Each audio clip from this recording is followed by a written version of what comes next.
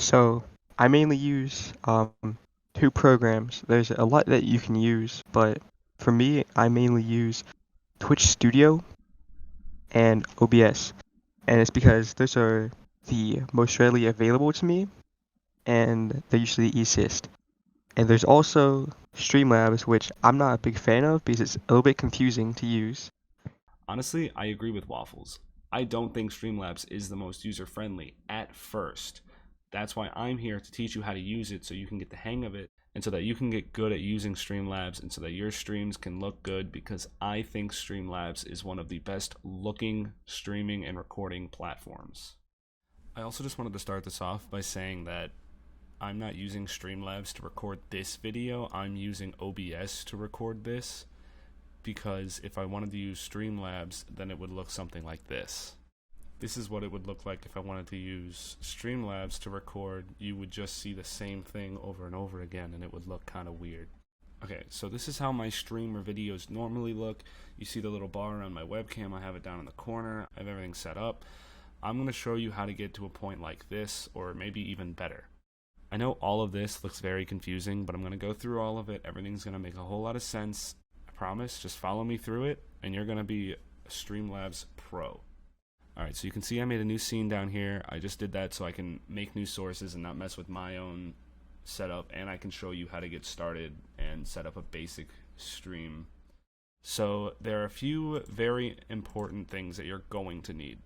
The first most important thing that you're going to need if you're going to be streaming or making YouTube videos is going to be your screen capture. How you get to this page is you press this little plus button on the sources, add sources. You're going to come down here, there's this little box down here that says screen capture. You're going to want to press that, press add source, name it whatever you want. I'm just going to keep it as screen capture, and then you can pick whatever screen you want to use or whatever window you have open that you want to record with, or even a game that you want to capture. Now what this is going to do is this is going to capture whatever your screen is showing. I have 3 monitors set up, that's why you see screen 1, screen 2, and screen 3, and I'm just going to pick screen 2 because that's just something I have open. And then whenever you pick whatever you want to have as your main capture, you're just going to want to press done. And this box right here is what your streamer video is going to look like the whole time. Whatever you see here, your streamer video will capture. Now another important thing you're going to want is a video capture device. If you don't have a webcam, that's completely fine. This is an optional step. Nobody needs to have a webcam, but if you want to have a webcam, this is what you're going to want to use. Again, you're just going to want to click video capture device and then come down here to add source. And I'm using a webcam. You're not going to see it yourself just because I have it up here on OBS itself. And if you want to change that at all, you can just double click on it, or you can right click and press properties and then come into here and click whatever you're using as a webcam. Same thing for this. If you want to change your capture, you can just double click it or right click and press properties. And something else that is equally as important as your webcam is going to be your audio input and your audio output. First, I'm going to go through your input. This is going to be your microphone. I'm just going to keep it at audio input capture, add source. You can click on that. And what this is this is whatever microphone you're using. This is the mic that I use, a Samsung G-Track Pro. See it here. It's a pretty solid microphone. I would totally recommend it for any beginners to like mid-level. It's a $100 microphone. It's pretty solid for its price, and I'd say it's worth the money. Now once you have that set up, you press X. You can come look for wherever that is. This is the input. I have it muted, and you can see whenever I talk, this will move. This bar is important to look at because this will show you that whatever you're saying is being picked up by your streamer video. Now your audio output is another extremely important thing. This is whatever you hear. So if you're playing a video game, let's say CSGO, it's going to pick up whatever gunshots or footsteps are happening so that your stream or video can hear whatever you hear. It's extremely important. A lot of people forget to either unmute it or just to have it in general. Same thing, add source. You can come into here And I have headphones on, that's why you see headphones, and this is the type of headphones that I'm using. So anything that I hear will be picked up through this. Just press X, and it is right here. This is the audio output capture. I'd say these are your 4 most important sources that you're going to need to stream. These are just your basics. If you just want to stream, you don't want anything fancy, I would set all of this up and go with that. Okay, now this little blue bar that you see here behind my webcam, this is in something called your theme. And how you get a theme is you're going to want to come up to this little bar on the side, this little, I think, pencil and ruler. It says themes. You're just going to want to click on that. All of these with the star you're going to have to pay for. If you don't want to pay, literally all you have to do is come up to this search bar and type in free. And then all of these just say install theme, install theme, install theme. These are all just free themes that you can use. You can sort by most popular or just added, sort by most popular, and you get all these themes, all these free themes. This is the one that I use by Nerd or Die. It's just borderline. It's pretty simple, and it gets the point across. And it does what it's supposed to.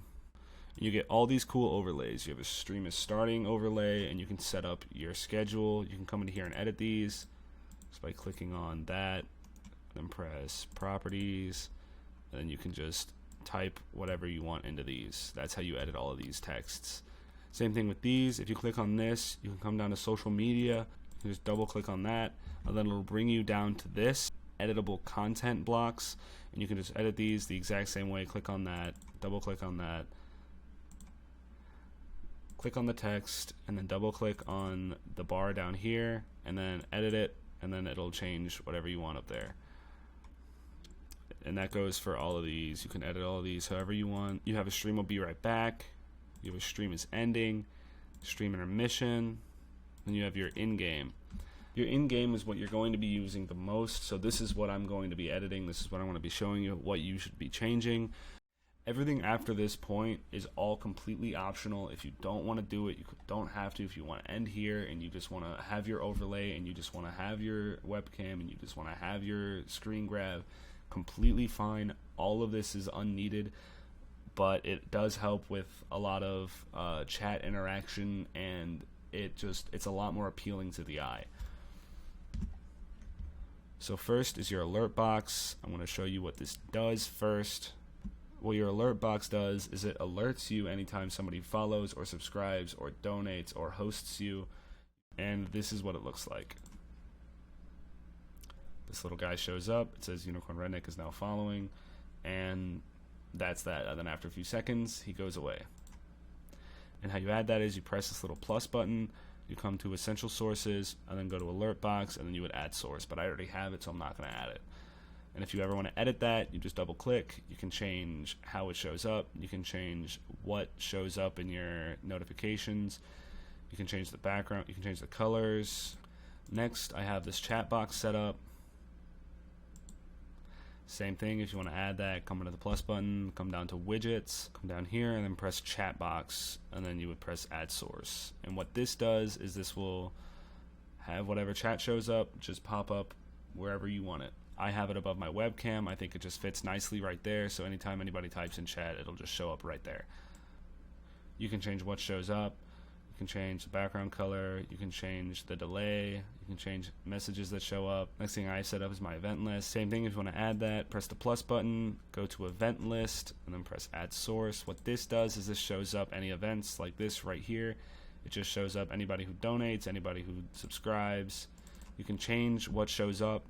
If you want followers to show up, if you want subscribers to show up, if you want resubs, hosts, raids, donations, whatever you want to show up, it'll show up just like this. 3 little bars, and it'll just go through anytime somebody does anything. And those are all the basic things that I would recommend to somebody who's starting off. Nothing else is really that important. Nothing else, I mean, even those aren't really that important. It's just all completely up to you if you want to have those on there.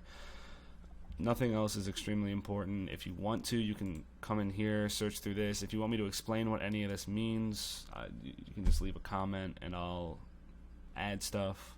Now that we've gotten through all the fun stuff, let's get into the stuff that kinda sucks. So to change your stream settings and everything, you come down to this little settings box. How you set up wherever you're going to stream to, you just press this stream box and then come over and connect whatever you stream to. It's pretty simple. It's extremely self-explanatory. Another thing in here that's important is going to your output, and you can change your streaming and your recording. And I'm just going to go through this and show you how I have my streams set up, and I think it works well with my computer and my settings that I have set up. If you want to change anything to however you want your stream looking, I would completely recommend watching a video on how to set all of this up. If you want me to make a video on it, I totally can, but I'm just going to leave it here and show you how I have mine set up. First, I have my encoder set to hardware NVENC new. I have my rate control set as controlled bit rate. That's what CBR means. I have my bit rate set to 3000, keyframe interval 0. I have my preset set to max quality, profile high, 2 max B frames, and this is all just for streaming. And now for recording, I always record an MP4. I have them go to my hard drive. Same thing with the recording hardware. I have it set to NVENC new, controlled bit rate. My bit rate in here is higher because it's a lot easier to record than it is to stream for a computer. It's a lot easier for your computer just to grab and hold on to whatever you're trying to record rather than trying to grab, hold on, and then also send it out to the internet for somebody to be watching. It's a lot harder to do that than it is to just grab it and hold on to it. That's why your bitrate can be much higher in here. I have my bitrate set to 5000 for recording. Again, preset set to max quality, high, and for recording, I just have my B frame set to 1. I wouldn't really come into here and mess with any of this stuff unless you know what you're doing, or unless you watch a video on how to do it. But this stuff is all the actual important stuff that you're going to want to set up, because if you have it set up wrong, your quality will look bad. For the longest time, my streams looked very poor, which was entirely just because I had all of this set up wrong. And however you set it up is completely dependent on your computer and your Wi-Fi. Now, one more thing I would recommend setting up is probably your hotkeys. I don't have any set up just because I have 3 monitors, so I can just come over and press like go live or record. But if you don't have several monitors, then I would totally recommend setting this up. You can set up hotkeys. You can just click on this and then click whatever key you want. I'm just going to press the minus. And anytime I press this key, it'll just start recording for me. I'm going to get rid of this though because that's not what I want. Same thing with all of these. You can just click on this, press 0, click 9, click whatever you want, and then you can have all of these set up to do whatever you need them to do. And I think it's one of the best ways to set up your streams if you only have 1 or 2 monitors. Now that I've gone through and shown you how to do everything, I'm going to show you how your streams can look without all the optional steps. Have you heard of the hit game Among Us? And with all the optional steps. I mean, that's pretty impressive, right? That's good artwork. That's kind of cool. Yeah, I mean, I guess, but I still hate it. It's okay. It's good. It's good artwork, but it's still the worst thing I've ever seen. And I believe that's everything I have for you. Now that I've gone through and I've shown you how to do everything, you can set up Streamlabs with ease. Remember everything I told you. The 4 most important sources are your screen capture, your video capture device, audio output, and audio input. Everything else is optional, but I think all those optional steps can make your streams look so much better, and it can increase your chat activity. Now that I've shown you how to do everything, you're ready to start streaming, baby. So go out there and have some fun.